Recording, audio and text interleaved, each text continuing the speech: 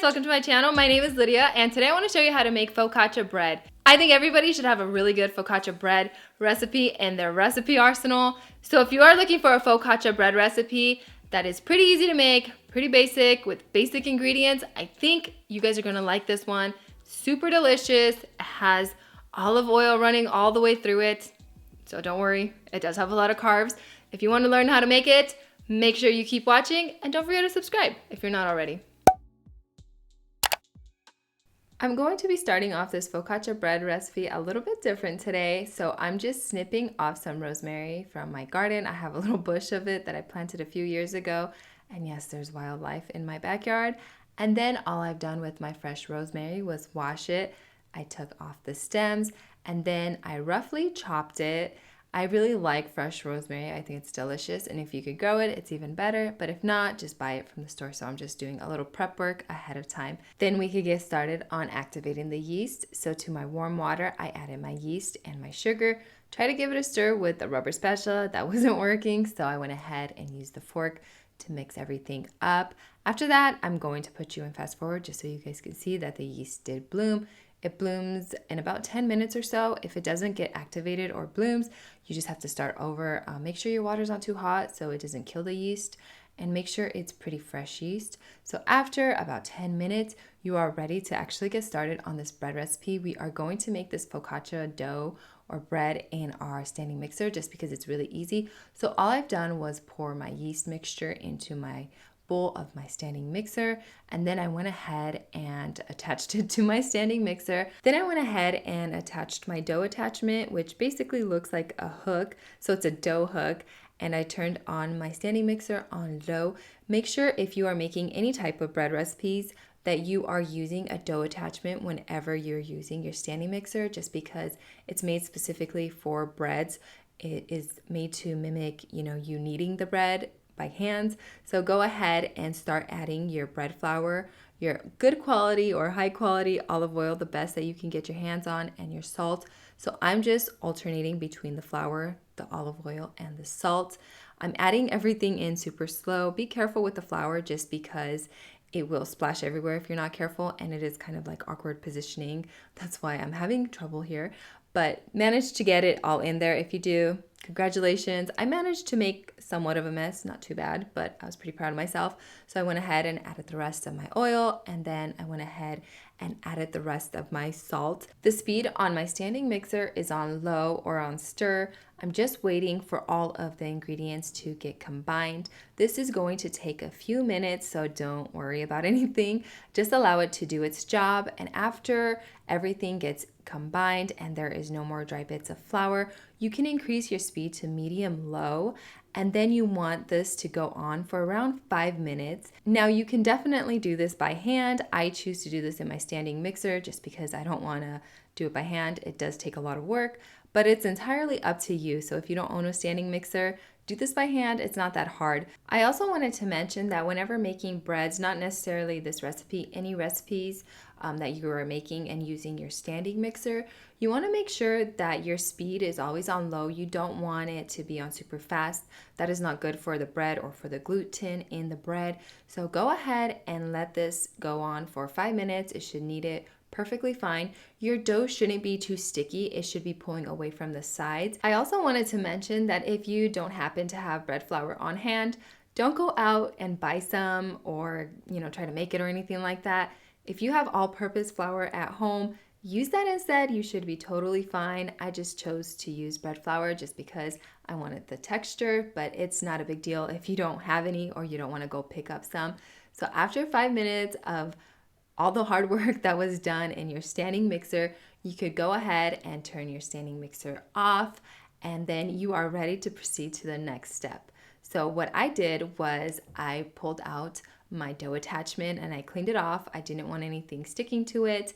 And then I took out my dough. It should be really pliable. It should be soft and it should come together beautifully. So I'm just rolling it into a ball.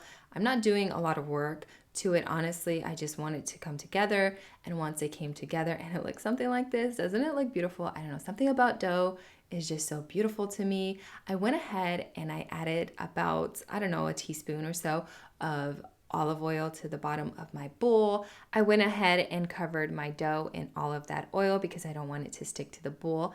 And then I went ahead and covered it with a clean kitchen towel, and I let it rest for an hour until it doubled in size, and it should look something like this. Y'all, look at that. Doesn't that look so beautiful?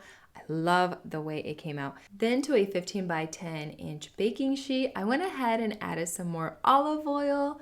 I hope you guys are seeing that we are using a lot of olive oil in this recipe. This is just how focaccia bread is made. So go ahead and just bathe your bread dough into it. So I gently laid it onto my baking sheet.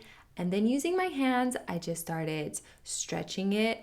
Now be gentle with it, don't be rough, and just stretch it. It should be able to stretch pretty easily. It shouldn't be super stiff or anything like that.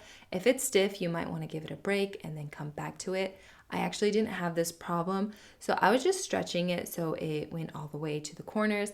I actually wasn't able to get it all the way to the corners, but I didn't try too hard. I didn't mind that the corners were a little rounded or anything like that. Make sure your bread is pretty even all the way through, that the center and the edges are pretty even. I saw that my edges kind of were thicker, and I went around and made sure that they were pretty even with the rest of the bread, because you don't want like a thick piece on the edges and then like the center to have nothing. So go ahead and do your best that you can. This is actually pretty fun just because the dough is so soft. You can really feel it with your fingers and your hands. It's kind of like Play-Doh for adults. Oh my goodness, you guys, I need to stop playing with bread because this is so much fun, or with the dough of the bread. So go ahead and wrap it with some plastic wrap, and then I just went ahead and added the same kitchen towel on top of it. I didn't want to add this straight away onto my dough just because it would have gotten all oily. And make sure you preheat your oven to 400 degrees Fahrenheit. Allow this to rest for around 20 minutes. And then after 20 minutes, you can remove the plastic wrap and the towel, of course, and then ever so gently start poking it with your fingers, kind of like I am here. Be gentle with it. You do not want to poke your dough all the way to the bottom and make holes. Be gentle with this, and it is actually quite satisfying poking holes in this just because it has slightly risen. So after you are done poking all the holes that you can poke into it, drizzle some more olive oil on top of it. It really doesn't matter how much you add or how less you add, just make sure you add enough, and then top it with that rosemary. This is the same rosemary that I chopped up at the beginning of the video, and then top it off with some more of that flaky salt. Now don't be shy when it comes to that flaky salt. You do want the flavor. You do want a little bit of saltiness. Also, feel free to add any type of toppings you like. Add sliced olives or sliced cherry tomatoes. Any of those toppings would work. Make it your own. Bake this at 400 degrees Fahrenheit for 20 minutes or until slightly golden brown on top. It should look something like this. Pull it out of the oven. Your house should smell incredible. I couldn't stop touching it. It was so soft. And then I went ahead and gave this a slice. And then I want to show you those classic focaccia or signature focaccia bubbles from all of that yeast. Look at that. Doesn't that look gorgeous? And then I'm going to cut them into little bars. This is best served warm or fresh, just because, hey, it's just best that way. Don't ask me the rules. So that is what this looks like. I went ahead and sliced some more. I mean, if you guys like bread, this recipe is definitely for you. If you are looking to make focaccia, please make this. Add some extra flaky salt on top. You just can't go wrong. Also, all of that olive oil that was on top when you pulled it out of the oven, it should seep right back into your bread and give it amazing flavor. And look how soft and pillowy that is. Like you could squeeze it, it just bounces right back. It is so incredible. I just couldn't get over the texture. I love the way this focaccia bread came out. It tastes incredible. It smelled incredible. I just couldn't get over it. It was one of those things that my husband and I were like, okay, we need to finish this and make ourselves another loaf. And here I am stacking two of these together. I love the way the bottom turned out, and the top is absolutely stunning. And then here's another close-up. Are you guys getting hungry or what? Every time I do these voiceovers, especially when it comes to bread, I'm like starving. I can't control myself. So that's what that looks like. And then I stacked three of them together. I drizzled some more olive oil on top of them, and I added some more salt and some of that fresh rosemary. I took a bite. Oh my goodness, you guys, don't judge me, but this stuff is so good. The recipe is also in my video description. As I promised, this focaccia bread recipe was super easy to make, and I hope you guys enjoyed it. Thanks so much for watching. Make sure you are subscribed to my channel. If you made it this far, you're awesome. I hope you guys are having a wonderful day wherever you are, and I'll see you next time. See ya!